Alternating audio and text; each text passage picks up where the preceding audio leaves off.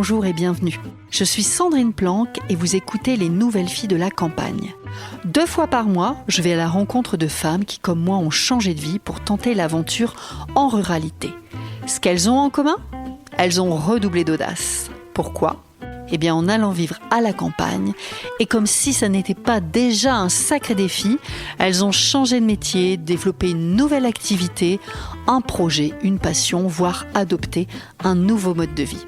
Grâce à nos échanges, je vous révèle tout de leur arrivée en ruralité, de leur projet de départ, leur intention, de leur nouvelle vie qui les a transformées, de leur joie et par moments de leurs craintes.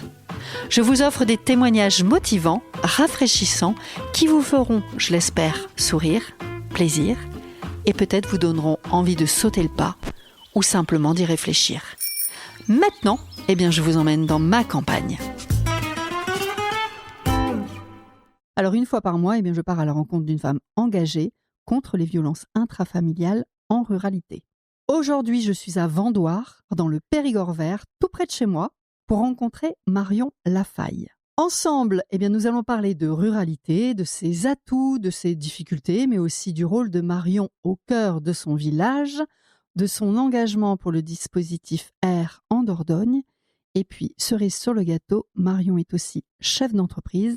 Alors, je compte bien lui demander ses secrets pour réussir à combiner tout ça. Bonjour Marion. Bonjour Sandrine. Est-ce que c'est juste ce que je viens de dire ou des bêtises ? C'est tout juste. Non, un bon résumé. Alors, pour développer, je pense que ce qui serait bien, c'est que tu te présentes. Donc, Marion Lafaille, j'ai 49 ans. Je suis née à Bergerac, donc en Dordogne. J'ai grandi en Charente, mais limite Dordogne, à Palluau. J'ai étudié à Angoulême, puis Bordeaux. J'ai commencé à travailler à Bordeaux. Je suis devenue comptable dans un cabinet. Et puis, les choses de la vie voulaient que j'aille me promener à Paris, que je grandisse et que je voie la capitale. Ah ouais, t'es une globe-trotter en fait. Oh, ouais, sur 5-6 ans. Un petit peu quand même. Ouais, mais bon. Ça a été très rapide à Paris, puisque dans l'entreprise familiale, un comptable est parti et mon cousin m'a demandé de revenir. Donc j'ai dit, allez, à 28 ans, je suis revenue. En me disant, mais je resterai jamais. Et je suis restée. Voilà, comment je peux me présenter. Donc, et puis après, j'ai rencontré mon mari. Mari des enfants, des animaux. Ah ouais, mais j'ai rencontré mon mari en Charente-Maritime quand même. Donc, on a commencé notre vie, on a fait des enfants, tout en étant séparés. Je vivais ici, lui là-bas. On a fait 2 filles, on s'est mariés, puis il est venu me rejoindre. Voilà comment ça s'est passé. C'est étrange.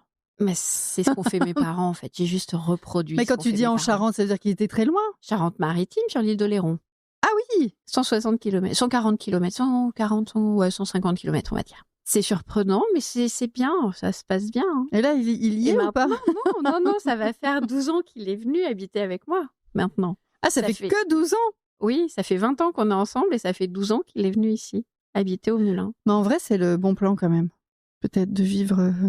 C'est pas mal. Mais ça, faut pas le dire. Mais après, je suis très, très heureuse. Maintenant, aussi. Faut le dire parce que s'il écoute le podcast, je voudrais pas avoir des soucis quand même. Non, je suis très heureuse qu'il m'ait rejoint. Marion, donc tu es entrepreneuse. Alors, j'ai regardé, tiens, je vais dire entrepreneuse ou entrepreneur. Ça sonne comment ? Ça sonne mieux ? Moi, aux oreilles, je trouve toujours que c'est toujours mieux. Chef d'entreprise, comme ça, il y a pas de, on se pose pas de questions. Moi, je disais toujours entrepreneur et j'ai regardé ce matin. Officiellement, c'est plutôt entrepreneuse. Je sais pas, il y a un truc qui me chiffonne dans entrepreneuse. Ça fait bizarre. Entraîneuse, je sais pas, il y a un truc qui me chiffonne. Non, mais chef d'entreprise. Tu es chef d'entreprise, élu local. Exactement. Fille du territoire. Ah, carrément. Ah, pourquoi tu dis ah, carrément ? Là, tu l'as dit avec beaucoup de conviction. Parce que... Parce que t'es contente, t'es fière. En fait, oui. Maintenant, oui. Mais il a fallu attendre peut-être 30 ans pour que je sois fière de vivre en Dordogne. Jamais j'aurais pensé vivre à la campagne avant. Donc, c'est drôle. Mais parce que effectivement, tu es partie et tu as dit que tu ne pensais pas revenir. Je suis revenue en me disant que je repartirais. Et en fait, je suis restée. Pourquoi quand on est une petite fille, alors je suis désolée, voilà, ça y est, tu vois, je t'avais dit que j'allais déjà partir à droite, à gauche, mais c'est tellement intéressant. Je trouve ça intéressant. Pourquoi quand on est une petite fille née en ruralité, c'est quoi le problème ? Il y a une espèce de honte ? C'est quoi le truc ? Non. C'est quoi alors ? C'est qu'on a envie de voir plein de choses que forcément à la campagne, on n'a pas forcément à disposition. On a l'espace, on a la nature, on a tout ça, mais en fait, on nous montre plein d'autres choses à la télé, À la radio, on entend. Et en fait, on n'a qu'une envie, c'est d'aller les découvrir. Donc, pour pouvoir aller tout au cinéma. simplement alors. Ah ouais. Ouais. Découvrir la ville, les musées, le cinéma, les sorties, enfin voilà. Et c'est ce que je dis à mes filles d'ailleurs. Oui, j'allais te demander bonne transition, merci de les faire. Moi, je sais que mes enfants repartiront à la ville, puisqu'ils sont nés à la ville, ils repartiront à la ville. Toi, tes enfants, elles vont partir à la ville? Clairement. Tes filles? Deux filles. Ouais. 15 ans et 17 ans. Oui. Donc la première est interne à Nontron, petite ville. Elsa rentre à l'internat. Elle a choisi d'aller à l'internat. Elle est également, mais sur Angoulême plutôt. C'est un choix de leur part d'être interne, de quitter la campagne. Et je leur dis, mais il n'y a pas de souci. C'est un chemin à faire pour peut-être apprécier de revenir aussi derrière. Oui, certainement même. C'est de découvrir un petit peu tout ce qui se passe, parce que la vie en ville, c'est plein de folie. Oui, elle a plein de qualités. Il n'y a pas l'éloge de la campagne et le procès de la ville. Clairement. Et quand on a 20 ans, jusqu'à 30 ans, je pense qu'on peut se faire plein de choses. Enfin, on peut s'éclater, vraiment, dans tous les domaines. Donc, oui, moi, je leur souhaite. Et peut-être, je leur souhaite aussi qu'elles rentrent, qu'elles reviennent, si elles le souhaitent. Alors, l'engouement que tu as eu, c'est quand je t'ai dit fille du territoire, c'est ça? Parce que là, maintenant... Parce que maintenant, je suis ancrée vraiment, je crois. Ma position maintenant, puisque je suis plus simplement comptable de mon entreprise, dans laquelle je n'aurais jamais dû rester, je suis devenue chef d'entreprise. Donc, je manage vraiment une équipe de 30 personnes.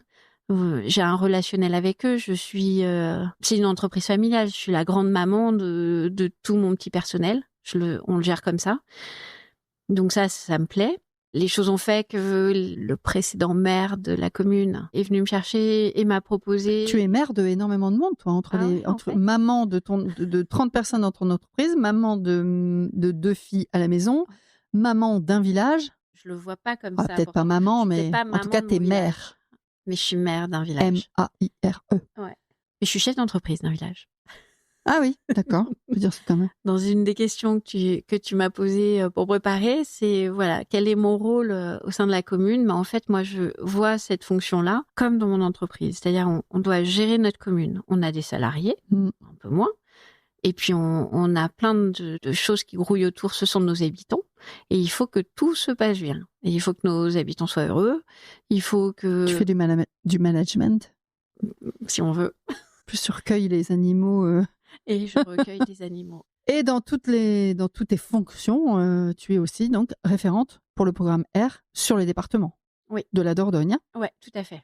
Ça veut dire que tu es un peu la boss des référentes de la Dordogne. C'est moi qui suis en lien aujourd'hui avec la déléguée aux droits des femmes de Dordogne, la préfète, les gendarmes. C'est moi qui chapeaute ça. Je suis seule en Dordogne pour faire ça. C'est une belle fonction que je ne pensais pas. Sachant que le territoire est vaste. C'est marrant parce que j'avais noté, je m'attendais pas à, quand j'ai écrit fille du territoire que tu autant d'enthousiasme. Ouais, c'est vrai. Et j'avais écrit Marion, qu'est-ce qui t'a donné envie de rester, de revenir en ruralité? Le hasard. Alors l'histoire de la compta là. Ah bah oui, le hasard, clairement. Si le comptable n'était pas parti, je serais certainement pas revenue. C'est pour ça je dis il y a beaucoup de hasard, mais il n'y a pas de hasard pour rien en fait. Au départ, tu t'es dit, je vais revenir pour le remplacer, juste faire le tampon pendant un moment, le temps qu'il trouve quelqu'un. C'est ça. Et alors, pourquoi finalement, pourquoi tu restes?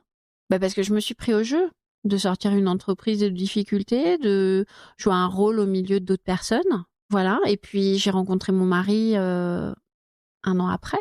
D'accord. En fait, donc, la compta, l'amour, les enfants, le mariage. Je pensais que tu m'aurais dit pour la beauté du paysage, le territoire, les habitants. Parce qu'il fait bon vivre. Mais parce qu'il fait bon vivre aussi. Mais en fait, voilà, oui, c'est ça, le hasard. Bon, des choses très pragmatiques quand même. Clairement, ouais.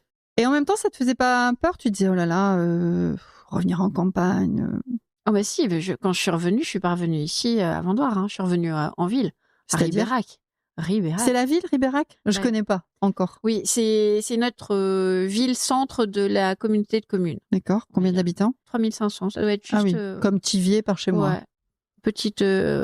oui, il y a la trésorerie, il y a un petit reste de trésorerie. Non, oui, c'est là où il y a les magasins, les quelques magasins. C'est là où il y a des magasins. C'est le repère, c'est là où il y a les magasins. Ouais, le lycée. Donc oui, je me suis dit, non, d'abord la ville. Et puis en fait, j'ai mis 1 an pour arriver ici au Moulin, où il n'y avait rien. Donc quand tu dis le Moulin, c'est ton habitation. Oui, c'est ça. Qu'est-ce qui te rattache le plus à ce territoire? C'est mes racines ici. Je suis très attachée à mes 2 grands-mères. Alors, j'en ai une qui vient de Lyon, mais j'en ai une qui est d'ici, qui a vécu ici, qui a grandi ici, au Moulin. Oui, c'est une habitation familiale. Familiale. Je pense que c'est ça qui m'attache. Non, c'est ça qui m'attache au territoire. Bon, ça après, C'est même un si tout. un jour ça s'arrête, je pense que j'arriverai à me projeter sur d'autres choses. Et le territoire de Mais- la Dordogne, Ah est-ce ouais, qu'elle a bah ouais, quelque mais chose je de suis née là, particulier en pour fait. toi? Je suis née. Alors, je suis pas née ici. Je suis née à Bergerac. Et je suis fière d'être née à Bergerac. Je suis un vrai cul de châtaigne. Une Un Périgourdine. cul de châtaigne. C'est la première fois que j'entends ça. Ça se dit ou c'est toi qui l'as inventé? Non, ça se dit. Un cul de châtaigne, c'est Périgourdin. Je rencontre des femmes comme moi qui sont arrivées sur ces territoires ruraux pas par dépit, mais par envie. Je rencontre des natifs du territoire, etc. Donc c'est chouette de comprendre ça. Mais qu'est-ce qu'il y a de magique pour toi en Dordogne et qu'est-ce qui fait que tu es si fière? C'est beau. Je pense que les gens sont vrais, simples. Il fait bon vivre.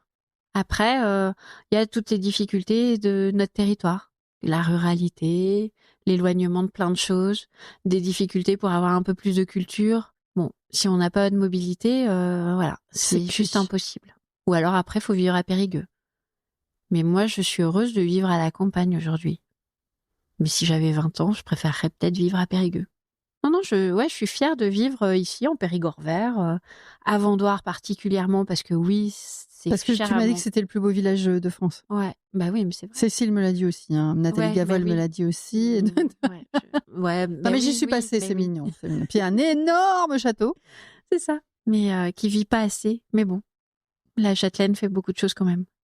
On peut lui la féliciter pour ça. On attaque le parcours et tes engagements. Ah ouais. Donc, pas entrepreneuse, mais Non, chef chef d'entreprise, élu local, engagée à la MRF, donc AMRF, Association des maires ruraux de France. Est-ce que tu arrives à me dire qu'est-ce qui a guidé tous ces choix? Eh ben, il n'y a pas de hasard. Ok. Donc, je suis venue m'installer à Vendoire. À côté de chez moi habitait le maire précédent, Alain Lucas.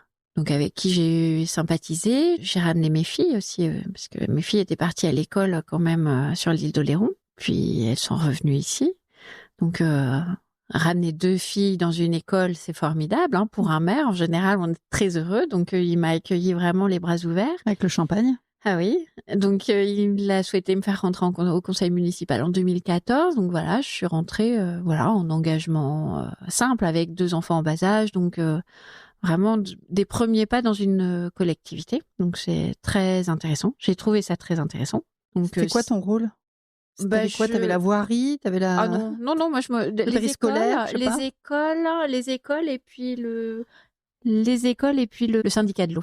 Donc non, c'était très intéressant. Et puis après, la vie de la commune en elle-même, quoi. Mais ça me suffisait. Hein. J'avais assez à faire aussi quand même de mon côté. Puis les petites en bas âge, voilà. Et donc quand Alain a souhaité arrêter, il m'a dit c'est toi qui dois te présenter. C'est à toi que je passe le bâton. Maintenant, à toi de faire le boulot et de. Tu sais pourquoi toi?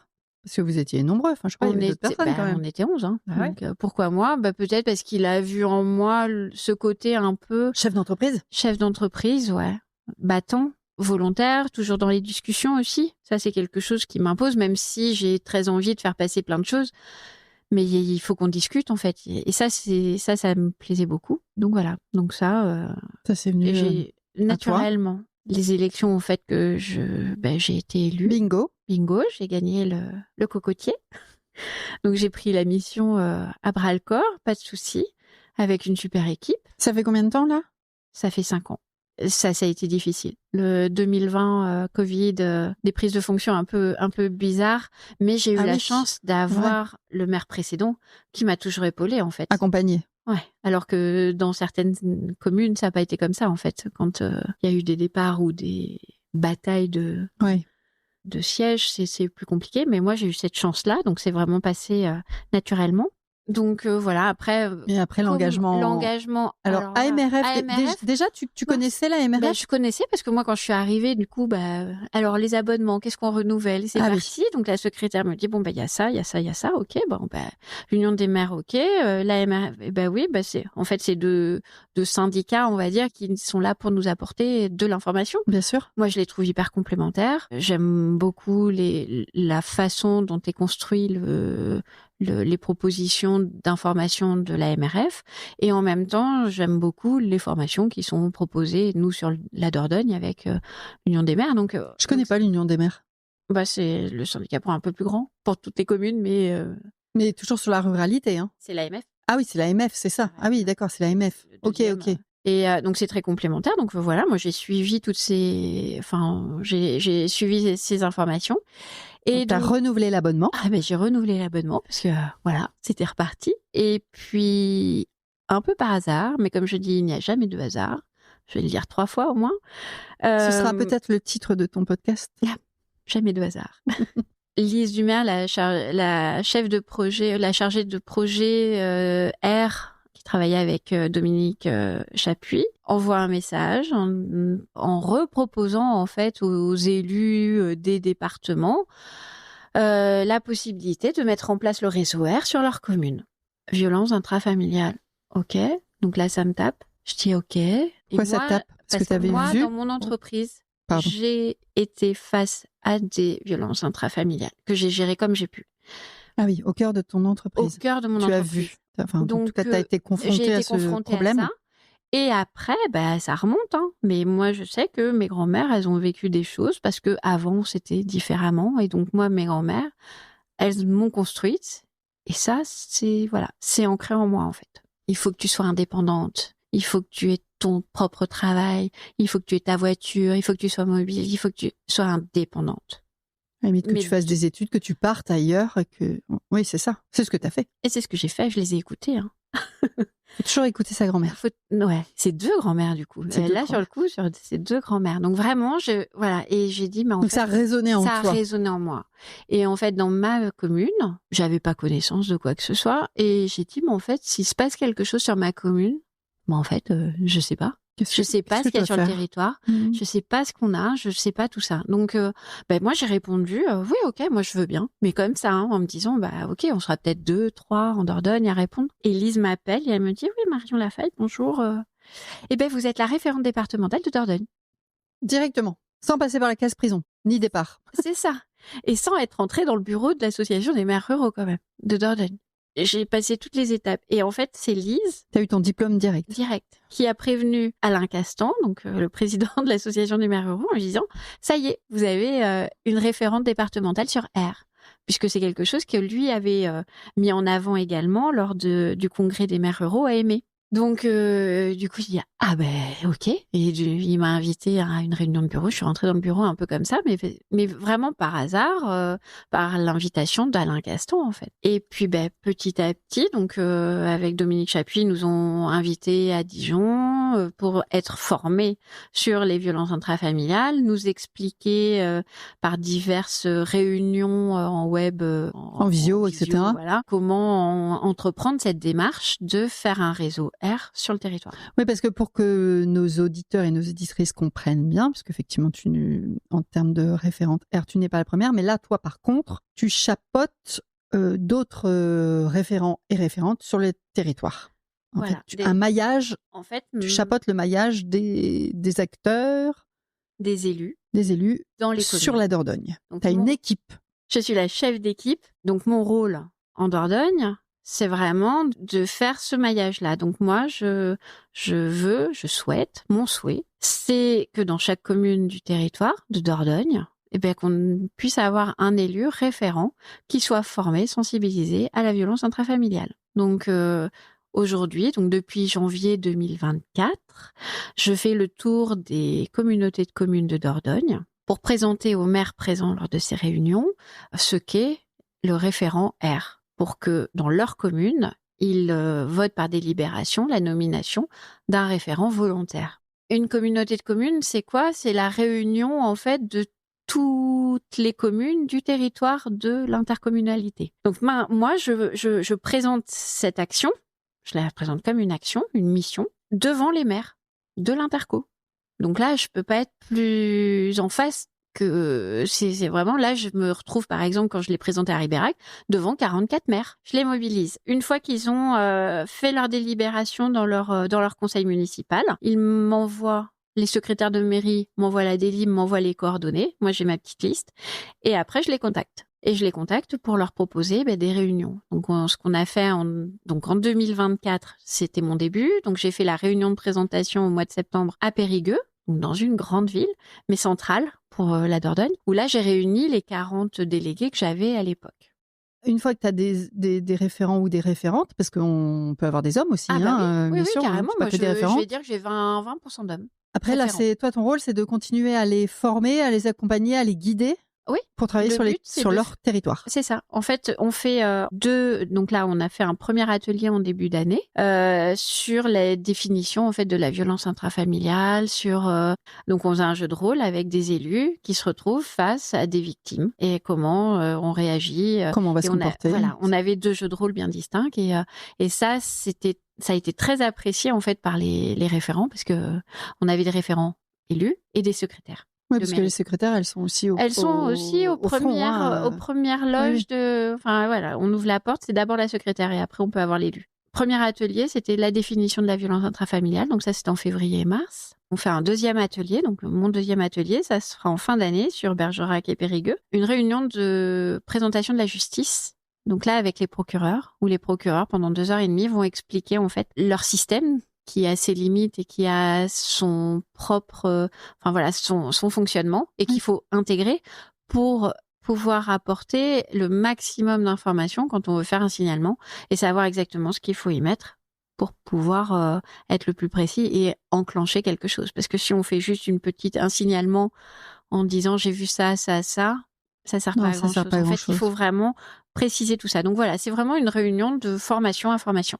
Donc toi, tu vas chercher aussi à chaque fois des partenaires, des acteurs sur le sujet pour nourrir aussi les référents et les référentes de territoire. Je suis très aidée par la déléguée aux droits des femmes, Valérie Depeau, en Dordogne, hyper active. C'est une personne ressource. Moi, ça fait partie des très belles rencontres que j'ai fait dans cette mission. Tu peux répéter son nom ? Valérie Depeau.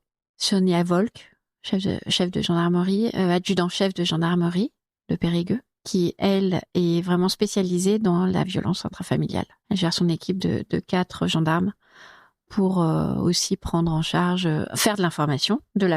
Donc, elle va de la toute petite école au collège, à la maison de retraite, jusqu'au supermarché. Voilà, elle fait vraiment de la diffusion d'informations. Très large. Très, très large. Et elle a une dynamique, elle aussi, qui est exceptionnelle. Donc Sonia Volk, voilà. Avec déjà ces 2 personnes-là, pour moi, c'est mes 2 béquilles. D'accord. Et puis après, j'ai toutes les personnes des associations qui sont, CDFF, Nathalie Verdier, vraiment, qui est là aussi pour me soutenir.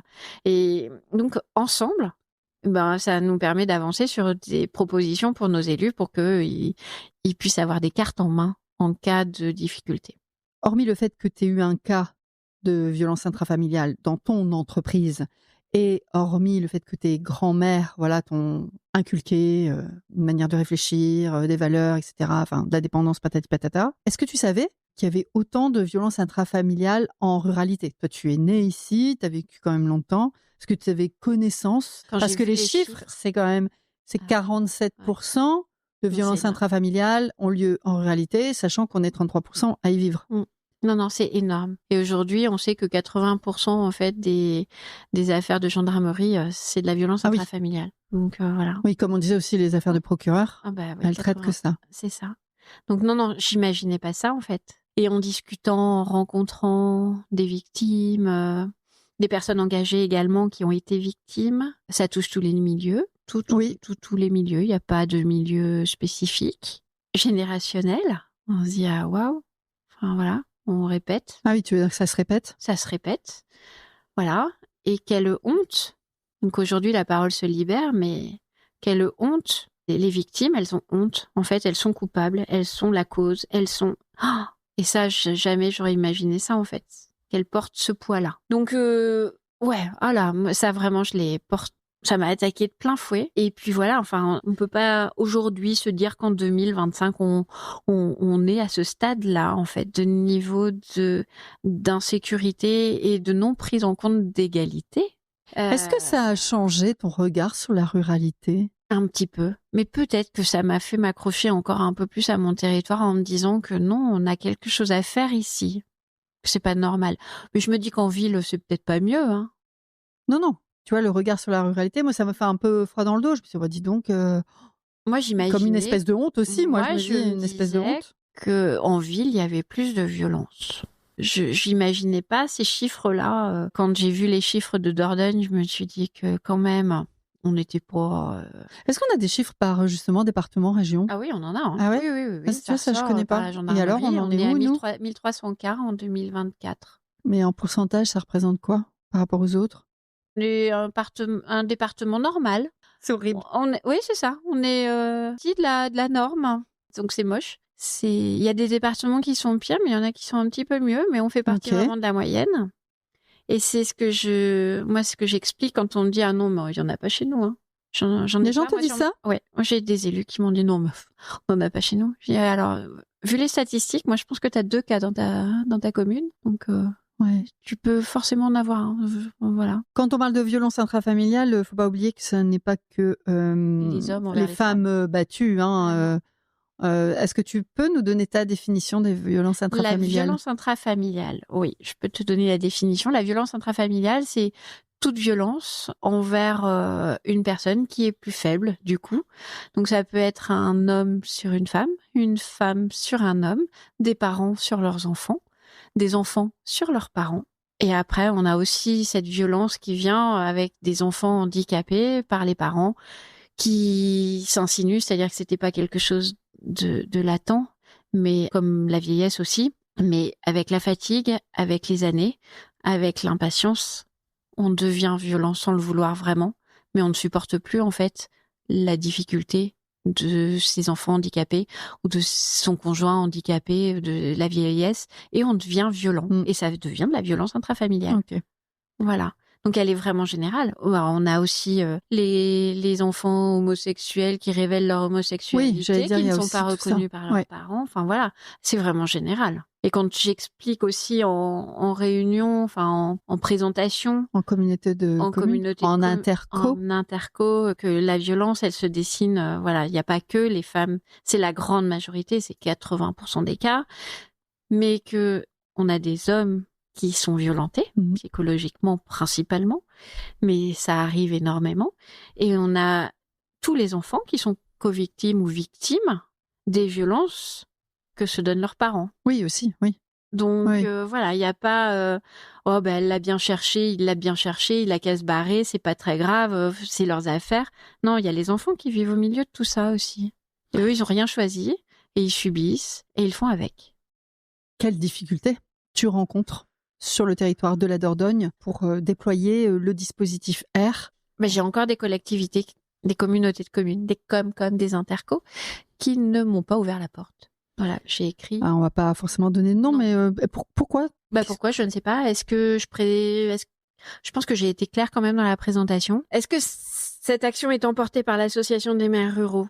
C'est un conflit de personnes entre président d'interco et l'association des maires ruraux? Ça peut, je pense. Est-ce que les présidents d'interco ne se sentent pas concernés par le sujet et disent que ils ont fait la présentation comme ça, sans me faire venir?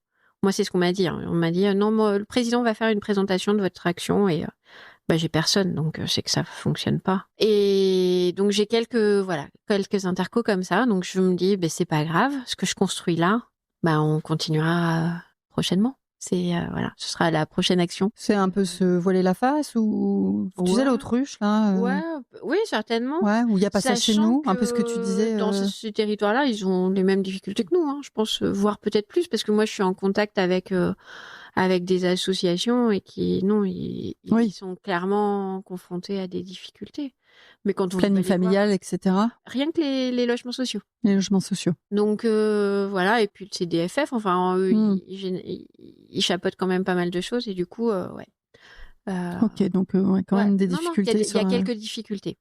Il y a des intercos qui nous accueillent les bras ouverts. Enfin, vraiment, ça a été très, très bien accueilli avec un très bon rebond. Aujourd'hui, si on peut le préciser, en Dordogne, on a 80 communes, plus de 80 communes qui ont un référent, voire 2. Et on a en tout 114 référents communaux sur la Dordogne. C'est très bien. Tu es fière. Je crois. Ouais, je crois. Elle le dit avec du sourire, alors. T'as une disparité entre le nord et le sud du territoire, hein. Ouais. Voilà, ça c'est dit. Ouais. T'as le soutien effectivement t'as 2 femmes qui sont à tes côtés pour te soutenir, ça c'est une chose. Mais est-ce qu'il te semble qu'il y a des choses à mettre en place supplémentaires, là, du soutien supplémentaire pour aller encore plus loin dans l'accompagnement des femmes en ruralité? Pas pour avancer dans l'action de mettre en place des élus dans les communes. Moi, je me dis que ça viendra certainement. Les élections, c'est l'année prochaine. Donc, c'est bientôt là. Du coup, moi, ça m'engage à retenter l'aventure aussi pour continuer à développer cette action. D'ailleurs, tu retentes ? Bah oui, j'ai pas fini. J'ai pas la moitié de mes communes en fait, donc. Elle ira jusqu'au bout. Il faut aller jusqu'au bout. Non. Je suis qu'au début de cette histoire-là en fait, donc je me dis non. Et puis le but, c'est qu'on soit plusieurs référents pour bien encadrer ce territoire. Parce que là aujourd'hui, moi toute seule, c'est chaud. C'est chaud. Mais par contre, si au prochain mandat, on peut être 4 à se partager le territoire, ça peut être bien. Ça voudrait dire en plus que les 4 parties du territoire sont couvertes. J'allais dire, attends, tu devrais en avoir une par vert, pourpre, noir, blanc. Ouais. Ben oui. Ça, ce serait important pour cette action-là. Après, pour soutenir les femmes victimes, en fait, c'est de leur faire savoir qu'il y a des choses qui existent sur le territoire. C'est cette communication qui est nécessaire, en fait, vraiment, que sur le territoire, elles ne sont pas seules. Et que les gendarmes, de plus en plus aujourd'hui, sont là pour les écouter. Ça, il faut vraiment qu'elles l'entendent. Que moi, je l'ai encore rencontré il y a pas longtemps. Les gendarmes sont ouverts. Comment, d'ailleurs, là, en t'entendant parler, tu dis il faut qu'on communique. Comment vous arrivez, les élus, les référentes, à communiquer sur l'ancrage, sur le territoire, quoi? Parce que tu vois, peut-être que là, une grande partie des gens nous écoutent sont en ruralité, mais d'autres non. Mais tout le monde n'écoute pas les podcasts, par exemple. Alors, comment vous faites pour se faire savoir? En fait, le but d'être dans chaque commune, c'est vraiment de diffuser cette information au sein de sa commune. Donc, le site internet, tout support, le petit journal, voilà. Nous, à Vendoire, on a une boîte mail et on a une boîte aux lettres dédiée. Et puis après, 2 fois dans l'année, je remarque comme quoi il y a des référents sur les violences intrafamiliales. Je fais passer le violentomètre pour faire comprendre. Et puis voilà. C'est de la petite communication qui passe comme ça et qui... moi, sur mon village, je vais pas faire d'animation particulière. Là, ce qu'on va faire sur le Ribéracois, ce sera le 25, la journée du 25 novembre. 25 novembre, ouais. Va être très chargée puisque sur Nontron, avec Valérie Depeau, il va y avoir des journées de formation, des signatures de contrats locaux contre les violences sexistes et sexuelles, avec les intercos, avec 2 intercos normalement. Et moi, le soir, le cinéma de Ribérac, donc Max Linder nous a proposé cette date-là en me disant, quand même, ça le fait. Oui. La diffusion du film. Tu peux avoir une diffusion du film et après, toi, tu interviens. Et donc là, après, voilà, on fera un petit débat, mais le but, c'est d'amener du monde. Et en fait, ce film-là, c'est aussi sur le droit, c'est la violence dans la famille et le droit de vote des femmes. Oui, c'est ça. Ah, c'est un film poignant, vraiment. Donc, il est en noir et blanc. Je suis heureuse de le partager là, à Ribérac. Très bien. Si tu devais engager ou motiver des élus à rejoindre le programme, qu'est-ce que tu aurais envie de leur dire? Qu'est-ce que tu pourrais leur dire? Que c'est des rencontres avec des personnes chargées d'émotions et les rencontres qu'on fait nous, volontaires qui n'avons pas forcément subi tout ça, c'est hyper constructif, en fait, de pouvoir comprendre, en fait, ce qui arrive dans certains foyers, parce qu'on peut pas... Je pense que quand on est normalement constitué, on n'arrive pas à le comprendre. On peut pas s'imaginer ça. Moi, j'en ai encore discuté avec mon père hier. On a grandi dans une normalité. Moi, mon père, il y avait équité, sur les charges financières, sur les revenus, la liberté de faire ci, de faire... j'ai grandi dans une famille hyper égale. Alors que dans la génération du dessus, ça ne l'était pas du tout. Et moi, j'ai compris ça, qu'il y avait cette marche-là qui avait été construite. Mais je l'ai grandi dans la normalité. Et quand j'ai été confrontée à la violence en direct, là, j'ai plus compris, en fait. J'ai été déstabilisée. Est-ce que tu avais l'impression que c'était un retour dans le passé Dans aussi? le passé, mais oui. Et comment c'est possible, en fait, en 2000, ce qui se passait dans la génération de mes 25? grands-parents, comment une personne qui a 10 ans de plus que moi, elle peut accepter de se faire taper dessus par son conjoint qui vient travailler dans la même entreprise et l'autre il vient travailler comme si de rien n'était, quoi. J'avais 28 ans et je l'ai reçu il y a 3 ans. Je peux pas le tolérer, en fait, donc je fais ce que je peux à mon échelle parce que du coup je suis bloquée, voilà. Donc du coup tu disais, parce que c'est vrai que je t'ai fait t'éloigner, mais effectivement pour recruter aussi, pour mobiliser ces en fait, élus, voilà. Il faut se dire, en fait, qu'on fait des rencontres exceptionnelles, que les échanges qu'on a eus lors de ces ateliers sont hyper constructifs. On parle librement, hommes, femmes, parce que faut pas se dire, mais les hommes ont la même difficulté que nous à comprendre ce qui se passe dans la tête de certains hommes qui font n'importe quoi. Voilà. Donc voilà. Donc clairement, là-dessus, on a cette égalité-là.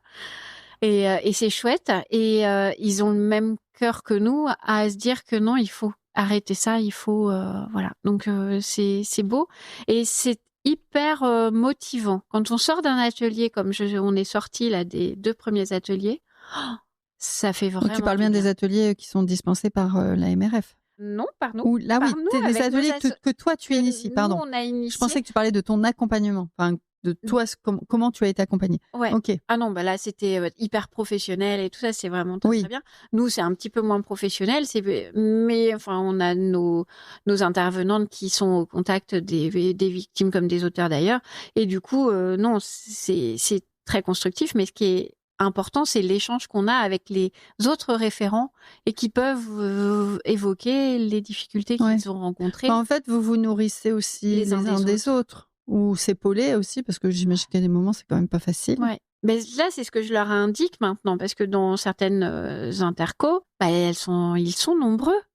Donc maintenant, à vous de jouer sur votre interco pour faire les manifestations au moment de novembre, au moment de mars. Enfin voilà, à vous de vous imprégner parce que on a sur Waller avec l'application Waller, la plateforme qui est pas simple d'utilisation, mais mais elle est là, elle a le mérite d'exister. Et en fait, on peut trouver énormément de supports, énormément de choses. Et des choses sur lesquelles on peut s'appuyer. Moi, j'avais trouvé un récapitulatif d'une animation. Je m'en suis servie pour ce premier atelier, clairement. C'était hyper bien fait. Tu peux même trouver tous les podcasts. Tu y seras d'ailleurs. Bon, voilà, il faut vraiment adhérer. Vraiment y aller. Il faut vraiment adhérer à Waller. Voilà. Donc non, moi je motive les gens. Je leur dis que vraiment c'est intéressant. Et ce n'est que 2 réunions dans l'année. En cas de difficulté, je suis là. Moi, je leur diffuse. Alors ça, on avait vu avec Dominique Chapuis aussi. On a mis en place en Dordogne une carte. Je l'ai pas amenée, c'est dommage. J'aurais pu te la montrer. C'est quoi la carte? Une carte, c'est une clé USB sur laquelle il y a le joli portrait de R et l'association des mères héros. Et sur cette clé USB, en fait, je leur remets énormément de documentation. Par exemple, en Dordogne, on a le bon taxi pour nos victimes. Ah oui. Si elles n'ont pas de moyens de locomotion, en fait, elles appellent. Elles appellent. C'est une espèce de boîte magique, ta clé. Ouais, une boîte à outils. Une boîte à outils. C'est la boîte à outils. Et du coup, on a toutes les associations pour tel ou tel cas, les numéros de téléphone, la fiche réflexe que Valérie Depeau a construite. Donc, en fait, en cas de sur chaque cas, une solution, presque. Chaque problème, une solution. Ouais. Chaque association, ce qu'elle peut faire. Ce que c'est. Bon, ça, c'était l'État qui avait fait ça avec la justice. Donc la préfecture, les services de la préfecture et de la justice sur vraiment le détail de la violence intrafamiliale, le juridique, tout ce qui pouvait avoir lieu. Il y avait aussi un livre que Valérie Depeau, enfin c'est pas un livre, mais c'est pas un catalogue non plus. Un livret une plutôt. Revue, oui, voilà, sur les conséquences sur les enfants, des enfants victimes, co-victimes, en fait, du moment où il est dans le ventre jusqu'à ses 18 ans, comment en fait la violence peut impacter en fait sur sa capacité à évoluer, son développement, sur son développement personnel. Donc ça, c'est hyper intéressant. Alors ça c'est voilà, je mets une partie de la doc, mais je peux pas mettre tout le livret, mais si je pouvais scanner 365 pages. Ouais, ça pourrait être bien. Voilà, c'est plus un livre, c'est un livre. Voilà, sur cette clé, moi je diffuse ça et du coup au niveau national, ils sont en train de réfléchir à peut-être dupliquer ça. Ouais, de permettre aux référents d'avoir cette clé parce que alors moi en tant que référente et formée par l'association des maires ruraux, quand je suis partie à Dijon à l'école de gendarmerie, donc sur cette journée, la gendarmerie nous a remis une petite clé. Et moi, c'est mon support en fait. Vraiment, j'ai toute ma vie R sur cette clé. Toute ma vie R. Oui, donc ça pourrait être très bien un modèle, une bonne pratique à reproduire. C'est-à-dire que le référent, après, il a sa clé. Et en fait, s'il récupère des informations, paf, il peut mettre ça sur sa clé.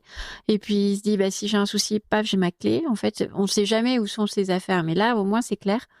Voilà, donc ça, c'est pas mal. C'est une astuce, c'est une bonne pratique, on va dire. Alors, Marion, écoute, on va peut-être repasser un petit peu sur la partie, effectivement, femme, ruralité. Quelle réussite locale te rend fière aujourd'hui? Donc là, en tant que chef d'entreprise, en tant que mère de ton village. Quand je dis mère de ton village, je vois, tu sais, la scène avec Astérix Obélix.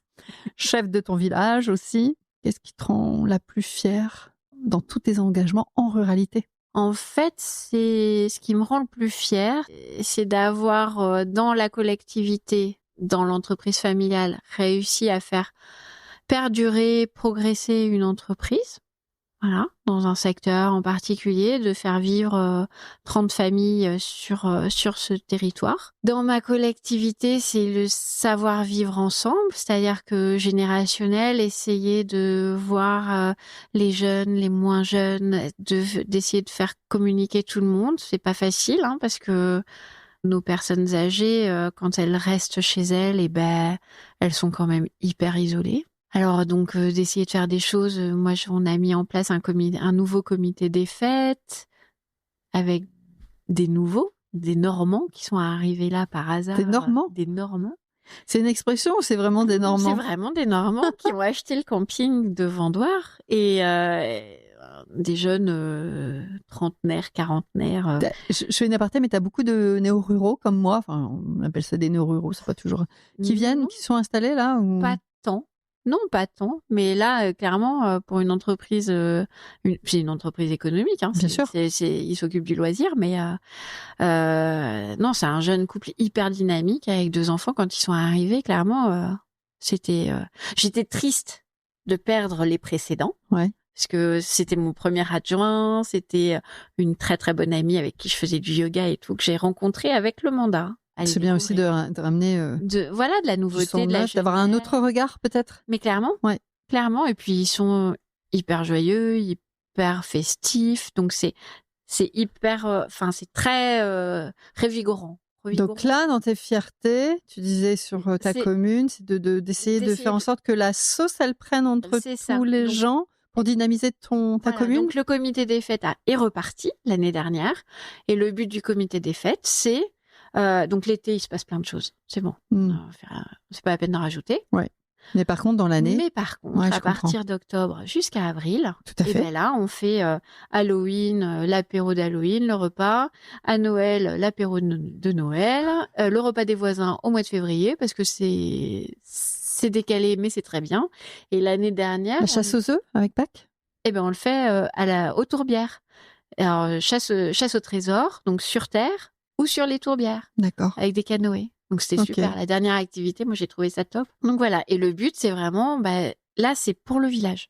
Ça peut être ouvert aux gens extérieurs, mais là, c'est vraiment pour réunir nos locaux. D'accord. Voilà. Donc, fierté, tu as parlé de l'entreprise. Là, tu as parlé des habitants. De réunir, en fait, tous nos habitants. Tu as le droit à une 3e fierté, si tu veux. Ouais, j'en ai 3-4. Du coup, là, je vois mon père. Mon père est très fier, je pense. Ce que j'avais écrit, je dis la fierté discrète de mon père. Il dit rien, il est taiseux, mais je sens que ce que je fais, ça lui plaît. Parce que quand j'ai pris la direction de l'entreprise, il me dit oh là là, oh là là là là là là. Ça va être dur. Quand j'ai pris ma fonction de mère, elle dit oh non, c'est pas possible, t'as pas fait ça. Parce que son frère a été maire. Il était chef d'entreprise et il a été maire. Et en fait, je suis la lignée de mon oncle. Il me dit, non, mais c'est pas possible. Ça va être dur. Ça va être dur, ma fille. Ça va être dur. Et là, quand j'ai pris ce rôle de R, en fait, je pense qu'il est hyper fier de ça. Donc ça, voilà. Ça te rend fier qu'il soit fier. Fier que, voilà, je le satisfasse sur ce point-là. Et je me dis que mes 2 grands-mères et ma mère, puisque ma mère est décédée, doivent être drôlement fiers de moi. Sur ce point-là. Parce que vraiment, de vouloir travailler à l'égalité, à la défense des droits des femmes, des enfants, mais surtout de l'égalité, ouais, je crois que ce qu'elles m'ont inculqué quand j'ai grandi, ça a fonctionné. Voilà, ouais, la petite graine a bien poussé, je pense. Ça, c'est ma petite dernière fierté. Je pense que là-haut... C'est une belle, grosse dernière fierté. Nos dernières questions, j'ai envie de te demander si tu avais une baguette magique pour ton territoire. Alors, est-ce que c'est pour ta commune? Est-ce que c'est pour notre Périgord vert? Est-ce que c'est pour la Dordogne? Je sais pas, tu choisis. Qu'est-ce que tu aimerais changer en priorité? Si j'avais une baguette magique, j'aimerais bien que sur notre Périgord vert, Vendoire, bon ok, mais même sur le Ribéracois, sur le Périgord vert, qu'on puisse développer un petit peu plus d'activités économiques, qu'on puisse avoir un peu plus de jeunesse qui puisse venir s'installer. Aujourd'hui, en fait, on n'a pas de maison à louer. On a très peu de terrain constructible. Et en fait, on voit nos écoles se fermer les unes après les autres parce qu'on a de moins en moins d'enfants. Donc, voilà, hein, on va pas maintenir des écoles s'il n'y a pas d'enfants. Mais moi, ce que j'aimerais, c'est vraiment qu'on arrive à créer une dynamique économique qui permette que la Dordogne, c'est un très beau département, mais qu'on n'y vienne pas quand on a 60 ans, en fait. Qu'on commence à y venir quand on a 30 ou 40 ans. Qu'on arrive à le faire vivre un petit peu économiquement. Tu vois une différence avec le Périgord noir, parce que moi je suis toujours en colère justement là-dessus, mais le Périgord noir bénéficie d'un gros tourisme de masse l'été, donc d'un point de vue économique, on joue pas dans la même cour. Mais le restant de l'année, je sais pas trop. Je pense que c'est ils ont des entreprises. Ils ont pas mal d'entreprises. Même en agroalimentaire, ils ont quand même quelques belles conserveries. Il y a pas mal d'élevages. Mais alors, toi qui connais très bien le territoire, l'histoire, pourquoi une si grande disparité? Et aussi, pourquoi il y a des territoires ruraux qui arrivent effectivement à sortir leur épingle du jeu, qui font venir des jeunes, l'attractivité d'un territoire. Et pourquoi ici ça marche pas? Ouais, pourquoi? Tu sais? Non, il y a la même chose en Charente. Hein. C'est exactement pareil en Charente. Le cognac, c'est l'économie. À Angoulême, le Nord, il n'y a plus rien. En Sud-Charente, il n'y a plus rien. En Dordogne, je pense que dans les années 80, ils ont eu les bonnes personnes aux bons endroits et au bon moment qui ont su développer tout ce pôle touristique. Donc, clairement, au niveau du département, à un moment où il devait y avoir plus d'argent, ils ont su mettre en valeur ce qu'ils avaient sur leur territoire. Ils ont des grottes à foison, ils ont... toute la partie de Sarlat, les Zézis, patati patata. On peut pas retourner la tête sans grotte par-ci, grotte par-là. Ils l'ont mis en valeur. Donc maintenant, ils le font travailler, ça prospère, il n'y a pas de souci. Il y a des entreprises qui ont perduré, il y a des conserveries qui commence à avoir un peu de mal quand même, hein, ça y est. Ça veut dire que c'est grâce à ces éléments touristiques que l'économie a su se maintenir, éventuellement se développer. Et en même temps, enfin, quand on va sur le Terrassonnais et tout ça, il y a pas mal de structures qui ont, enfin, les collectivités là-bas, enfin, ont su développer les axes routiers, Périgueux, ont su mobiliser les acteurs économiques et les possibilités. Pourquoi sur ce territoire on arrive encore à construire des entreprises? Pourquoi sur ce territoire on arrive encore à attirer ci, ça? Alors que nous, je pense que chez toi c'est comme chez nous, en fait on n'a pas les terrains pour agrandir, pour faire des entreprises. On n'a pas tout ça. On n'a plus de droits constructibles en fait. Plus de droits constructibles, parce que des terrains, tu as l'impression d'en avoir partout quand même. Ah bah oui, mais non, c'est le monde agricole. Nous, on doit restituer ce que les grandes villes prennent en fait, le zéro artificialisation des sols. Donc clairement, pour pouvoir développer Périgueux, Angoulême, Bordeaux, Eh ben, en fait, nous, on nous impose de ne pas construire, hein. Donc, si d'autres comme ont réussi à développer leur situation géographique, enfin leur lieu, bon, ben, c'est à leur avantage, tant mieux pour eux, je suis contente pour eux. Mais nous, il faudrait qu'on arrive à faire la même chose et qu'on arrête de nous dire, ah ben non, de toute façon, vous pouvez pas construire, il n'y a pas de terrain constructible, on peut pas faire de zone d'activité, c'est terminé. Nous, sur le Ribéracois, ça devient compliqué. Et les axes, Les axes routiers, c'est nous, ce qui traverse ici, c'est Périgueux, Angoulême. Ribérac, on en est un petit peu loin, hein. On a encore 25-30 kilomètres pour réunir cet axe-là. Tu vois, je me disais, oui, les entreprises n'ont peut-être, au-delà de ce que tu viens de m'expliquer, mais n'ont peut-être pas forcément envie de s'installer aussi sur ces territoires, parce que c'est quand même compliqué d'y accéder, patati patata, quoi. On n'a pas tout ce qui est nécessaire à une entreprise.